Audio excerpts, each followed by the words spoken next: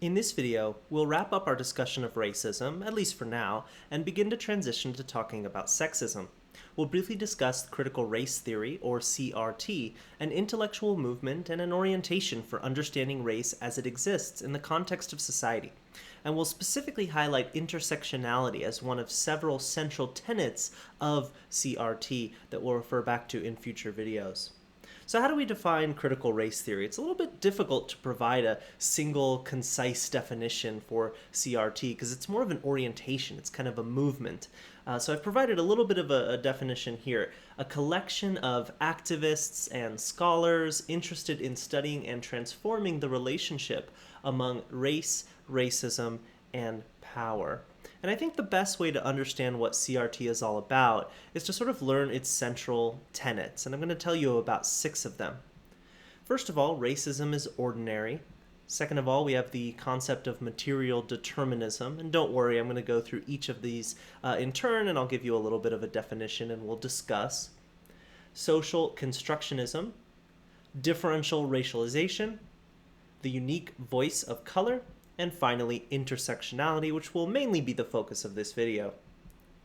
First of all, we have the idea that racism is ordinary. This is one of the central tenets of critical race theory, sort of a principle on which we operate when we're in this framework. So the idea here is that racism is ordinary, just like it sounds. It's not a rare occurrence, just like I tried to convince you of in my last video. Is racism still a problem in America today? We talked about several examples in many different domains, such as education, employment, how much money you make, all these sorts of things, home ownership, and some other examples as well, to show that in all of these domains, we have racism, we have discrimination, right? So racism is not a rare thing, but rather it's something that sort of pervades many layers of society, and it exists in both explicit forms and, even more commonly, I would argue, implicit forms. So racism is ordinary.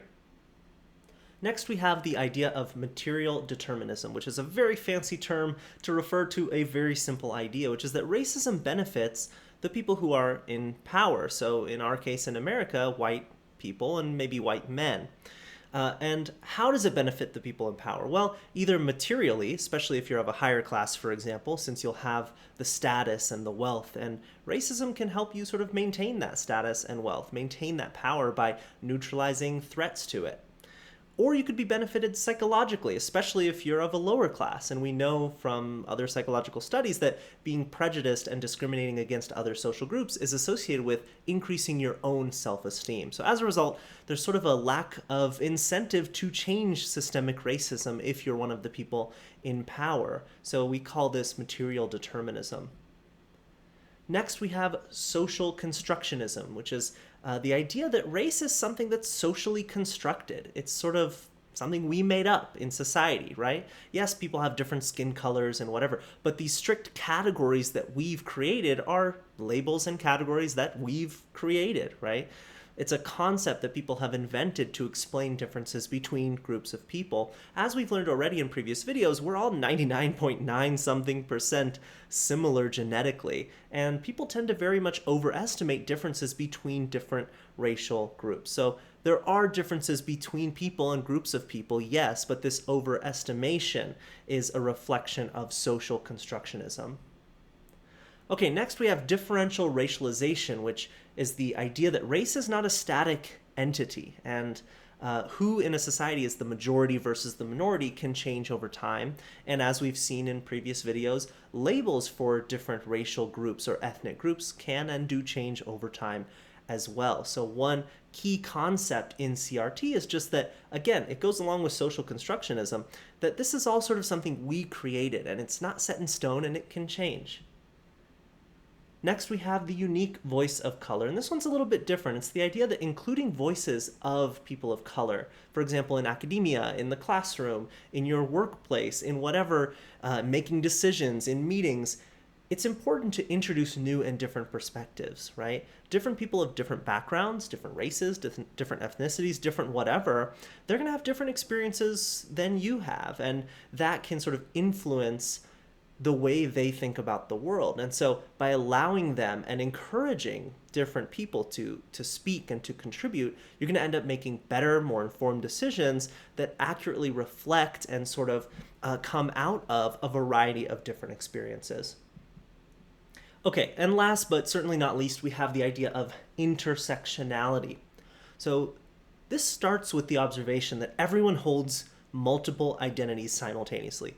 No one is just a white person or just a female or whatever, right? We have white people who are male, who are XYZ, right? Who have all these different overlapping and interacting identities, social identities. And the idea here is that multiple identities that we all have influence the way we experience the world and the way we interact with other people and the way that other people interact with us. So when doing science, psychologists must consider what's, intersectional about their research. Who's really included in the categories that we're investigating? Much of my research, for example, focuses on stereotypes about gender and in particular women. When conducting my research, then, I should consider how my findings might differ for women who are white versus women who are black, for women who are straight versus women who are not, for women who are transgender, and so on, right? If I'm just looking at this overall category of women and I'm never thinking about any of these other things, that's fine in some ways, but I'm gonna miss a piece of the puzzle, right? I'm gonna miss some detailed information. And let me tell you about a study that's very applicable and I think really interesting that illustrates the additional extra information you can sort of get by having this intersectional approach. So here you see the stop and frisk title to the slide. This was a program that allowed police officers to temporarily detain, question, and frisk people for sort of weapons or other illicit substances. And it was used by the NYPD, the New York City Police Department, from roughly 2002 to 2013. So as you can imagine from what we've been learning in these videos, this policy disproportionately affected people of color, including black people. So let's learn about a study that explored exactly how it disproportionately affected people of color, again, using this intersectional approach. First, the researchers in the study investigated how gender interacted with race to influence the frequency of being stopped by police, and then we'll look at race and age, the intersection of race and age. This graph here shows the percentage of black and white men and women, again, race and gender, intersectional, who were stopped by police under this stop and frisk program in New York City between 2006 and 2012. What do you notice about this graph? Well, the first thing you should see is that black men were stopped significantly more than any other social group here. Nearly 80% of total stops in the program were of black men, despite black people being a statistical minority in New York City's population. So this is a clear advantage to this intersectional lens. This is the power of using intersectionality to understand these types of biases. Overall, yes, black people are stopped more than white people, and overall, yes, men are stopped more than women. But if we just consider those main effects, we miss the bigger, or at least the more accurate picture. The program affected black men more than white men, white women, and black women. Only by considering the combination or the intersection of these identities were we able to come to this realization. As a final example, we'll explore this graph here, which was taken from the same study. This might look a little more intimidating, but the interpretation here is actually very simple. As a reminder, we're looking now at the intersection of race and age. So what do you notice about these data? Feel free to pause the video if you'd like to take a look and make some guesses by yourself. You might notice that black people are stopped more than white people across all ages. The number of stops here is on the y-axis, and age is on the x-axis. But look a bit closer and notice that the difference is bigger for younger people. Focus specifically on the blue line for a second. This blue line represents the number of black stops per white stop across ages. Look at the younger ages. At ages 12, 13, and 14, for example, there were roughly 8 to 11 black people stopped for every single white person that was stopped. That is an astounding ratio. For older people, for example, young adults, 17, 18, 19, and 20-year-olds, there was still a discrepancy, but it wasn't as great. Here we're seeing about 5 or so black people stopped for every single white person that was stopped. Still problematic, but again, we're seeing a big difference. So as before, had we focused only on race or only on age, we would have missed this more detailed picture of how the stop and frisk program disproportionately affected certain subsets of New York City's population. So as you can hopefully see, intersectionality is powerful in that it allows us to understand the world and people's experiences in a more accurate way.